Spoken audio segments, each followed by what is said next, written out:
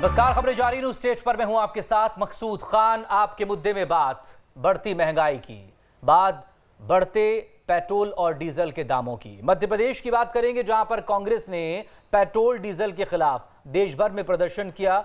मध्य प्रदेश में भी यह प्रदर्शन हुआ। बीजेपी ने हालांकि कांग्रेस को उसके कार्यकाल की याद दिलाई। चर्चा इसी मसले पर करेंगे। ये कोरोना काल में जनता पर महंगाई का डबल अटैक क्यों है? क्या राज्य सरकारें टैक्स कम कर जनता को राहत नहीं दे सकती? मध्य प्रदेश में शराब पर टैक्स बढ़ाकर क्या पेट्रोल और डीजल पर राहत दी जा सकती है? राजस्व बढ़ाने के लिए, रेवेन्यू बढ़ाने के लिए वैकल्पिक उपाय अपनाए जाने चाहिए। इसको लेकर भी सवाल है। तमाम खास लोग हमारे साथ जुड़ेंगे, उनसे बात होगी, लेकिन पहले ये रिपोर्ट।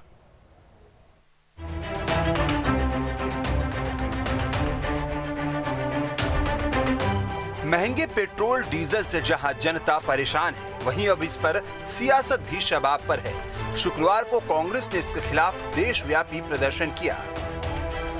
एमपी में भी जगह जगह प्रदर्शन किया गया। हालांकि कोरोना काल में हुए इस प्रदर्शन में कोविड प्रोटोकॉल की भी धज्जियां खूब उड़ी। तस्वीरों में आप पूर्व मंत्री सज्जन सिंह वर्मा को देख सकते हैं। मुंह में तो छोड़िए, नीचे दाढ़ी तक में मास्क नहीं है। बहरहाल बात करें पेट्रोल डीजल की कीमतों की, तो इसे लेकर कांग्रेस ने बीजेपी सरकार पर जमकर हमला बोला है। अगर सेंट्रल एक्साइज 34 रुपए से घटाकर जो 9 रुपए थी यूपीए सरकार में, तो लगभग 25 रुपए लीटर पेट्रोल पर और डीजल पर भाव कम किए जा सकते हैं।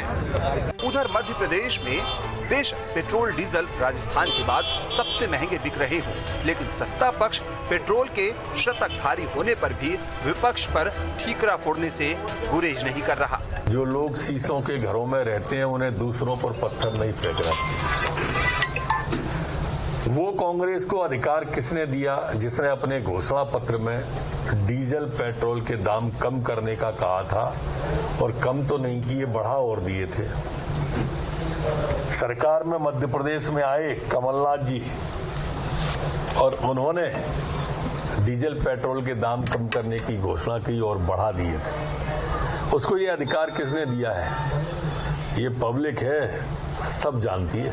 ये बात सच है कि कोरोना काल में सरकार की आमदनी भी कम हुई है। ऐसे में कामकाज के लिए सरकार को भी राजस्व की जरूरत है। लेकिन सवाल ये है कि क्या कोई बीच का रास्ता नहीं निकाला जा सकता? क्या सरकार चाहे तो शराब पर टैक्स बढ़ाकर पेट्रोल डीजल पर लगने वाले टैक्स में कटौती कर जनता को राहत नहीं दे सकती? Team news state. तो आज बात करने के लिए वक्त कम है, लिहाजा सीधे मेहमानों की तरफ रुख करेंगे। वरिष्ठ पत्रकार डॉक्टर सत्यप्रकाश शर्मा आज हमारे साथ मौजूद हैं। बीजेपी की तरफ से है नेहा बग्गा जी, कांग्रेस की तरफ से सीनियर नेता है रवि सक्सेना जी, वो हमारे साथ मौजूद है। बहुत स्वागत है आप तमाम लोगों का। वक्त चूंकि कम है, बहुत ज़्यादा और बहुत लंबे सवाल करने से बचना की कोशिश करूंगा। रवि सक्सेना जी, सबसे पहले आप ही बता दीजिए, कांग्रेस का यह विरोध प्रदर्शन क्यों था? नहीं, देखिए, लगातार इस मोदी सरकार के आने के बाद 2014 से ये कहा जा रहा था कि हम मोदी सरकार को ले आइए, 30 रुपए डीजल और 35 रुपया पेट्रोल हो जाएगा। खूब जोर शोर से कहा, चिल्ला चिल्ला के कहा, और इस प्रदेश की और देश की जनता को खूब दिग्भ्रमित किया, अपनी सरकारें बना ली। फिर जो टैक्स बढ़ाना चालू किया, तो जो 9% टैक्स एक्साइज ड्यूटी लगती थी यूपीए के समय, उसे बढ़ाकर 30% तक ले आए। जो पेट्रोल डीजल इंटरनेशनल मार्केट से कहते हैं कि ये फ्लैक्चुएट होता है। अब आप मुझे बताएं कि जब डीजल पेट्रोल के दाम इस हिंदुस्तान के अंदर आसमान को छू रहे थे, तब क्रूड ऑयल के दाम जमीन पर थे, पर हमारे रेट नहीं कम किए गए। क्यों नहीं कम किए गए? क्योंकि दोनों हाथों से देश की जनता को लूटना था। चुनाव आते हैं तो पेट्रोल डीजल की कीमतें एकदम थम जाती हैं। ठीक। और जैसे ही चुनाव खत्म होते हैं, आप देखें, जनवरी फरवरी के बाद, फरवरी से लेके और मई तक 1 रुपया जो है, 1 पैसा, रुपया की बात छोड़िए, 1 पैसा पेट्रोल डीजल के ऊपर टैक्स नहीं बढ़ाया गया, क्योंकि चुनाव चल रहे थे बंगाल में, असम में और दूसरे प्रदेशों में, और वहां सरकार को चुनाव लड़ना था, वहां जाना था, बताना था। लेकिन वादा तो 2018 में आपकी पार्टी ने भी किया था ना कि मध्य प्रदेश में सरकार बनेगी तो हम उस पर अभी देश की बात हो रही है। देश की जो पेट्रोल डीजल की कीमतें हैं वो केंद्रीय सरकार के अधीन आती हैं। मैं आपसे उसकी बात कर रहा हूँ। अभी प्रदेशों के सर पर ठीकरा मत फोड़िए। भारतीय जनता पार्टी का तो काम ये है कि हर चीज के लिए कांग्रेस को दोषी ठहराना। और वो अभी जो नरोत्तम मिश्रा जी कह रहे थे कि साहब ये जनता है, सब जानती है, जनता जानती है। जब अभी दमोह के चुनाव में आपको इतनी जबरदस्त पटकनी मिली है। प्रदेश सरकारें भी तो कोई ना कोई राहत दे सकती हैं। केंद्र सरकार लगातार दाम बढ़ाए और प्रदेश की सरकारें जो हैं वो राहत दें। ये कौन सी बात हुई? Please counter two Ravi Saxena ji. Neha Bagga ji, क्यों 100 रुपए के पार पेट्रोल पहुंच गया? केंद्र में और राज्य में आप ही की पार्टी की सरकार है, थोड़ी तो राहत दे दीजिए। मकसूद जी, सबसे पहले आग्रह रहेगा कि रवि सक्सेना जी बीच में चिल्लाना ना चालू करें आदत अनुसार।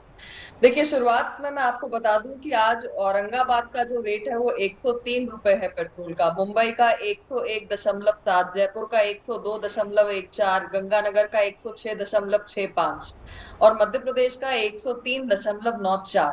तो ये दोहरिया जो चरित्र है कांग्रेस पार्टी का, जो प्रदर्शन कर रहे हैं और अपने राज्यों में जहां पर आसमान छू रहा है पेट्रोल डीजल, वहां पर इनकी नियत और इरादे सब कुछ बदलकर सामने नजर आते हैं। ये प्रदर्शन नहीं है। आप पूरे जहां 3-4 राज्यों में ये बचे कुचे हैं, वहां पर जो चल रहा है वो अपनी अपनी साख बचाने के लिए चल रहा है। देखिए, आपको सचिन पायलट नजर आए तो गहलोत गायब थे। मध्य प्रदेश में आ जाइए तो यहाँ पर कमलनाथ जी नदारद हैं, दिग्विजय सिंह जी नजर आ रहे हैं। और जिस तरीके से जूते चप्पल चले हैं इंदौर के अंदर, इनके ही आपस के कार्यकर्ताओं ने एक दूसरे से माइक खींच लिया, कॉलर पे आ जाते हो और चिल्लाना चालू कर देते हो, कांग्रेस को कोसना चालू कर देते हो। आपको मालूम है कमलनाथ जी बीमार है, मेदांता में एडमिट है, आपको कुछ मालूम नहीं है। आप लोग चैनलों पे आते हैं, चिल्लाना चालू कर देते हैं, बगैर कोई जानकारी के आप चिल्लाना चालू कर देते हैं। सक्रिय पेट्रोल डीजल का विषय जो है केंद्र सरकार का है। केंद्र सरकार क्यों पेट्रोल डीजल पर 30-40% तक एक्साइज वसूल कर रही है, इसका जवाब दीजिए। सारी स्थितियां मैं आपसे जो पूछ रहा हूँ उसका जवाब दीजिए। देखिए, आप उस बात का जवाब दीजिए कि 30% तक एक्साइज ड्यूटी क्यों ली जा रही है? 35% तक एक्साइज ड्यूटी क्यों ली जा रही है? कि औरंगाबाद के क्योंकि आपको मालूम नहीं है, आपको मालूम नहीं है। आप अपनी सरकार का जो काला चेहरा है उसे छुपाने में नाकाम साबित हो रही है, इसलिए आप ये बात कर रही है। जहाँ पर 102 रुपए है।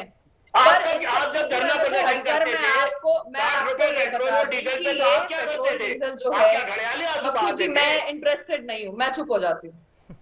आप बिल्कुल चुप हो जाइए, क्योंकि आपको रवि सक्सेना जी अच्छे नहीं है। आप कमलनाथ जी के बारे में बात कर रही हैं, रवि सक्सेना जी, पूरी तरह से समाप्त रवि सक्सेना जी, आपके सवाल, आपका गुस्सा सब कुछ जायज है, लेकिन आपने जो सवाल किए हैं यहाँ तो उसका जवाब देने दीजिए ना। नहीं, पर आप मुझे बताएं, गलत बात क्यों दे रहे हैं? आपके चैनल, आपका इतना प्रतिष्ठित चैनल है, नेशनल चैनल है, उसके ऊपर झूठी बातें आगे भारतीय जनता पार्टी के लोग कर रहे हैं। आप मुझे बताएं, कमलनाथ जी मेदांता में एडमिट है, बिल्कुल, और ये कह रही है यहाँ पर सड़क पर दिखाई नहीं दे रहे थे। उनकी अपडेट भी हम लगातार दे रहे हैं कि उनकी सेहत को लेकर क्या अभी अपडेट है, वो एक तंज के तौर पर देखा जा सकता है। अपनी बात रख लूं मैं? हाँ, नेहा प्लीज कंप्लीट। क्या मैंने औरंगाबाद का जो दाम सामने रखा झूठा है? क्या मैंने मुंबई के बारे में कहा झूठा है? क्या मैंने जयपुर की बात नहीं करी है? मैं आपकी सरकारों की, प्रदेश की सरकारों की बात नहीं कर रहा हूँ, मैं देश की बात कर रहा हूँ, देश की सरकार की बात कर रहा हूँ। अब मुझे बात यह है कि केंद्र सरकार 30-40% टैक्स लगाती है, ड्यूटी वसूल रही है। कोरोना का पूरा पैंडेमिक आप इनसे करवा दीजिए, आप इनसे डिबेट करें। आपसे कह रहा हूँ ना, आप मैं इस बदतमीजी से डिबेट नहीं कर सकती। आप गंगानगर की बात करेंगे। अरे गंगानगर कहाँ है भाई? रवि सक्सेना जी प्लीज, अरे थोड़ा बता, प्लीज, आज वक्त की कमी है रवि सक्सेना जी, प्लीज। चप्पल पड़े इनके। देखिए, आप मेरे मेहमान हैं, नेहा भी मेरे मेहमान है, लेकिन थोड़ा मुझे इंसाफ करना होगा। मैं यहाँ जहाँ बैठा हूँ, दोनों को बराबरी से मौका देना होगा। इनकी भाषा से, इनकी चीजों से कि ये लोग कितने गिरे हुए लोग हैं, इनके यहाँ कितना गिरावट है। भाषा के मामले में, जनता को गला दबाने के मामले में, जनता को राहत तो पहुंचाना नहीं और गंदी गंदी बातें करके, घटिया भाषा का इस्तेमाल करके, ये भारतीय जनता पार्टी है, भारतीय झूठ पार्टी। इसका केवल एक काम है, चिल्ला के बोलो, आम आदमी महंगाई से परेशान है रवि सक्सेना जी, यही कह रहा हूं, आम आदमी उसके बारे महंगाई में से बात नहीं परेशान है, करेंगे। पेट्रोल डीजल की बढ़ती राजस्थान में कीमतों क्या हो से रहा है, परेशान पंजाब में क्या हो रहा है? अरे भाई, पार्टी केंद्र पॉलिटिक्स में लग सरकार में जाएंगे तो मोदी मसला जी हो क्या जाएगा। कर रहे हैं? क्यों 30-30%, 40-40% एक्साइज वसूल रहे हैं? यूपीए के सरकार में मात्र 9% एक्साइज थी। आप मेरे साथ यहाँ स्टूडियो में बैठे होते तो प्लीज आप मुझे पानी जरूर जीएसटी के दायरे में प्लीज थोड़ा पेट्रोल पानी डीजल पीजिए, को नहीं लाया जा रहा है। थोड़ा सा पानी पीजिए, गुस्सा मेरे शांत जो कीजिए। सवाल है उनका जवाब दे नहीं, लीजिए। आपके पास मेरे सवाल जो आप दोनों सवाल के है, पास। डॉक्टर शर्मा को प्लीज स्क्रीन पे ले आइए, डॉक्टर शर्मा से बात करेंगे। डॉक्टर शर्मा, मेरे दो सवाल देश हैं, से उनका लेकर पूछ प्रदेश लीजिए भर नेहा में जी से। एक्साइज के जरिए जी मकसूद जी, रेवेन्यू अपना बढ़ा रहा है जी वैट के जरिए प्रदेश सरकार अपने रेवेन्यू बढ़ा रही है। रेवेन्यू कलेक्शन कीजिए आप, अच्छी बात है, आप विकास कार्यों में लगा रहे हैं वो पैसा या कुछ और काम में लगा रहे हैं, इट डजेंट मैटर, लेकिन आप उस रेवेन्यू को लेकर थोड़ा सोच तो सकते हैं। जो आंकड़े इस वक्त मेरे पास मौजूद हैं, हमने वो हमारी रिपोर्ट में भी चलाए हैं, आप क्यों नहीं सोच रहे हैं रेवेन्यू जनरेशन के लिए कुछ और विकल्प? आप थोड़ा शराब पर बढ़ा दीजिए 5-10 रुपया, आप पेट्रोल पे थोड़ी राहत दे दीजिए लोगों को, डीजल पे राहत दे दीजिए। क्या सरकारें सोच रही हैं? मकसूद जी, आपने बहुत अच्छा सवाल किया है। पहले तो ये बता दें कि ये जानते हैं आप बहुत अच्छी तरह से कि जो पेट्रोलियम प्रोडक्ट्स हैं, इनका जो मार्केटिंग है या इनका जो बिजनेस है वो जीडीपी पर 15% का इम्पैक्ट डालता है, इसलिए बहुत इम्पोर्टेंट है। मतलब इसको अपन हटा नहीं सकते जीडीपी में से, और इस देश की और राज्य की इकोनॉमी पर पड़ता है। आपको एक चीज़ बताना बहुत ज़रूरी है कि राज्य सरकारें वेट लगा रही हैं, केंद्र सरकार एक्साइज ड्यूटी लगा रही है। आप क्रूड ऑयल के दाम पर जाइए, अगर आप क्रूड ऑयल के दाम देखेंगे तो उस दाम से जो अंत में जो व्यक्ति को जो पेट्रोल या डीजल मिल रहा है वो कम से कम 4 टाइम्स ज़्यादा मिल रहा है। इस पर सरकार, आज सामान्य स्थिति नहीं है, टैक्सेशन किया जाता है पर टैक्सेशन का स्थिति भी तो देखी जाती है। आज सामान्य स्थिति नहीं है, स्थिति असामान्य है। ऐसे में राज्य को वेट कम, चाहे वो कांग्रेस की सरकार हो या बीजेपी की सरकार हो, इससे कोई लेना देना पार्टी से नहीं, केवल सरकार से पब्लिक वेलफेयर में अपने टैक्सेस कम करें, चाहे वो सेंटर हो या स्टेट हो, क्योंकि इसके बगैर रोजी रोटी को चलाना बहुत मुश्किल है। रही सही बात, आपने एक बहुत अच्छी बात कही है कि दूसरे सोर्सेज ढूंढना पड़ेंगे। माइनिंग इतना इंपॉर्टेंट इशू है जिसके ऊपर अगर सरकारें फोकस करें, क्योंकि आज भी MMDR एक्ट 1957 का चल रहा है, 1996 का मध्य प्रदेश का रूलिंग कंपाउंडिंग का चल रहा है, 2006 की माइनस मिनरल प्रिवेंशन एक्ट चल रहा है मध्य प्रदेश में। इनमें अगर सुधार करें, इसको स्ट्रिक्ट करें। आप एक मिनट एक महत्वपूर्ण बात कि जो इलीगल माइनिंग करते हैं, इलीगल माइनिंग बना करने वाले किस मुकाम पर पहुंच गए हैं, अगर आप उस पर टैक्स पर ध्यान दें, लेकिन तो अगर तुलना करें स्टेट की इकोनॉमी को बहुत अच्छे से रोटेट किया जा सकता है। और ये तुलना करें हम 2011-12 में पेट्रोल डीजल से जो कमाई होती थी प्रदेश की वो 4000 करोड़ के आसपास थी, और शराब से जो साल भर का रेवेन्यू था वो 4317 करोड़ का था। ज़्यादा फर्क नहीं था, करीब 300 करोड़ का ऊंच नीच था, अंतर था। 2017-18 में ये बढ़कर 9380 हुआ पेट्रोल डीजल, और उसके बाद शराब से 8223 हो गया। ये आगे और बढ़ता रहा, लेकिन सवाल इसी को लेकर 19-20 में जो मध्य प्रदेश में हुआ है वो 9000 को पार कर गया। तो क्या ये थोड़ा सा अंतर कम करने की ज़रूरत है? अब वही है ना कि अब थोड़ा शराब आप थोड़ी सी महंगी कर दीजिए, अच्छा है, लोगों की सेहत भी सुधरेगी, शराब की तरफ कम जाएंगे। देखो, ये बिल्कुल आपने मकसूद जी, आपने बिल्कुल वाजिब बात कही है कि उन चीज़ों पर टैक्स बढ़ाया जाए जिनका सीधा सीधा आम जनता से प्रभाव ना पड़ रहा हो, ऐसे बड़े लोगों पर प्रभाव पड़ रहा हो, जो शौक की चीज़ें हों, जो आराम की चीज़ें हों, उन पर अगर टैक्स बढ़ाएंगे तो उसका आम जनता पर इफेक्ट बुरा नहीं पड़ता है। लेकिन कोविड से जूझ रही जनता को दोनों सरकारों को राहत देना चाहिए। मैंने माइनिंग की बात मैं इसलिए कह रहा हूं कि माइनिंग इस पर आप देख रहे हैं कभी कोई आपने देखा होगा इस पर टैक्स बढ़ाने का, इस पर या कर लगाने का या इसके रेट्स बढ़ाने का कोई प्रावधान नहीं आता है। क्यों नहीं आता?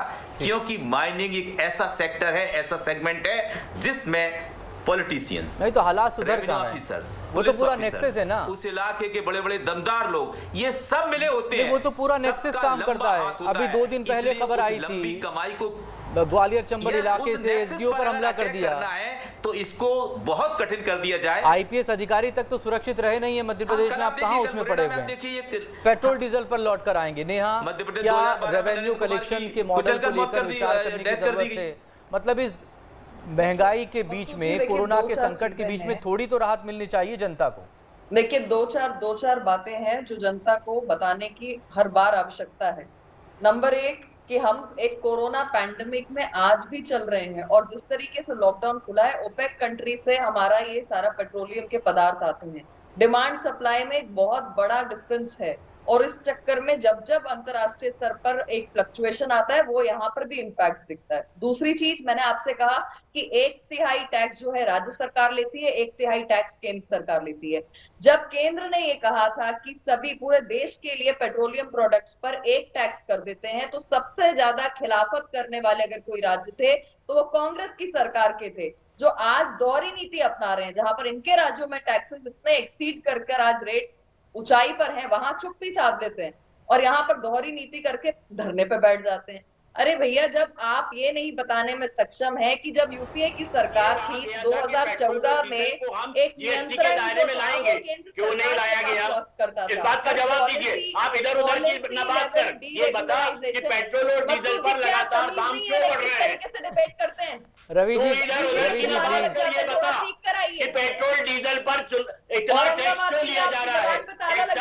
कैसे बात कर पाएंगे बताइए? क्यों ली जा रही है? और जब चुनाव आते हैं तो फिर क्यों इंटरनेशनल मार्केट और आपकी सारी बातें खत्म हो जाती हैं? अच्छा रवि जी, इसका जवाब ले रहे हैं, नया जवाब दीजिए। नया बताइए कि जब चुनाव होते हैं तब ये कंट्रोल कैसे हो जाता है? मैंने आपसे, अगर डी कंट्रोल है मनमोहन सिंह सरकार के वक्त से 2013-14 से, तो फिर ये कंट्रोल वो कैसा है? ये ना दिखाई देने वाला कंट्रोल है, अदृश्य कंट्रोल। मैंने आपसे यही कहा कि 1/3 टैक्स राज्य सरकार लगाती है, 1/3 केंद्र सरकार लगाती है। जब ये जीएसटी की बात करते हैं, आप निकाल के अपनी रिपोर्ट देख लीजिए, आपके चैनल जो सवाल पूछा है उसका जवाब ले लीजिए इनसे। जो आपने सवाल पूछा है उसका जवाब लीजिए, ये इधर उधर की बात करेंगे, ये असल बात पे नहीं आएंगे। लेकिन इसके लिए ये भी सोचना पड़ेगा ना, राज्यों के चुनाव हुआ, राजस्थान में चुनाव था तो राज्य सरकार ने टैक्स कम कर दिया। मेरे पास आखिर के 2 मिनट बचे, आप दोनों से रिक्वेस्ट है अपने टाइम पर बोल लें प्लीज। मैं चाह रहा था कि आज आप लोग ज्यादा बोले, लेकिन एक दूसरे को बोलने का मौका ही नहीं दे रहे हैं, मुझे बार बार बोलना पड़ रहा है बीच में। नहीं, ये बताइए ना फिर उसके बाद एक जो रवि सक्सेना जी ने जो सवाल उठाया वो अपनी जगह है। दूसरा ये कि रेवेन्यू में अगर आप जीएसटी लागू कर रही है, तो देखा है हमने बहुत वक्त से जीएसटी को लेकर ही यूपीए सरकार के वक्त से ये प्लान बना, लेकिन एग्जीक्यूशन बीजेपी गवर्नमेंट ने आकर एनडीए गवर्नमेंट ने इसको किया। इसके अलावा फिर राज्यों का भी तो मसला है, जीएसटी का बकाया बहुत से राज्यों का बाकी है केंद्र पर, केंद्र वो जीएसटी का बकाया नहीं चुका पा रहा है, तो राज्यों को तो डर है ना कि उनका एक रेवेन्यू का सोर्स खत्म हो जाएगा। देखिए, एक तरफ ये कहते हैं 1 टैक्स होना चाहिए, बैठ जाते हैं धरने पर, दूसरी तरफ जब टैक्स को एक करने की बात होती है तो फिर दूसरी तरफ दोहरी नीति अपना लेते हैं। तो ये बार बार गुलाटी मारना इनकी डीएनए में आ चुका है। आपके पास और ये गांधी पूर्ण बहुमत की बल्कि थम्पिंग मेजॉरिटी की सरकार है, कौन आपकी अधिकांश प्रदेशों में आपकी सरकार है, कौन पलटी मार रहा है? क्यों इतना झूठ बोलते हैं आप लोग चैनलों पर आकर? क्यों आपके पास जब जवाब नहीं होते हैं तो कहिए ना कि हाँ हम टैक्स वसूल कर रहे हैं, हम इस प्रदेश के देश की जनता का गला घोट रहे हैं। बोलिए, कहिए, इसमें क्या दिक्कत है?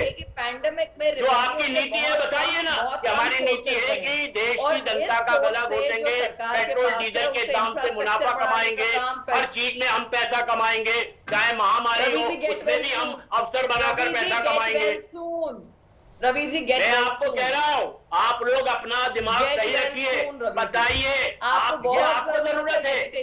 ये बात अगर आप बार बार अपने लिए कहें तो ज्यादा उचित होगा। बीच में बोलना, ये बार बार बीच में बोलना, आपके पास बोलने को कुछ है नहीं, आप झूठ बोलते हैं चैनलों पर आकर। जब आप झूठ बोलेंगे तो मैं आपको रोकूंगा, जब तक आप सच बोलेंगे मैं कुछ नहीं बोलूंगा। जवाब क्यों नहीं देते कि औरंगाबाद, गंगानगर, मुंबई में इस तरीके की क्यों हालत है? अरे मैं आपसे पूछ रहा हूँ, मेरी बात का जवाब दे दीजिए। आप औरंगाबाद और गंगानगर की बात कर रहे हैं, आप पूरे देश की बात कीजिए ना। आप मध्य प्रदेश की बात कीजिए, आप बिहार की बात कीजिए। क्यों बिहार में मध्य प्रदेश में पेट्रोल डीजल के दाम इतने बढ़े हुए हैं? जहाँ जहाँ आपकी सरकारें हैं वहाँ इतने दाम क्यों बढ़े हुए वक्त हैं? इतना ही, आज इससे ज्यादा वक्त नहीं दिया जा सकता। बहुत शुक्रिया नेहा बग्गा, बहुत शुक्रिया रवि सक्सेना जी। डॉक्टर शर्मा बने रहेंगे। छोटे से ब्रेक के बाद छत्तीसगढ़ की बात।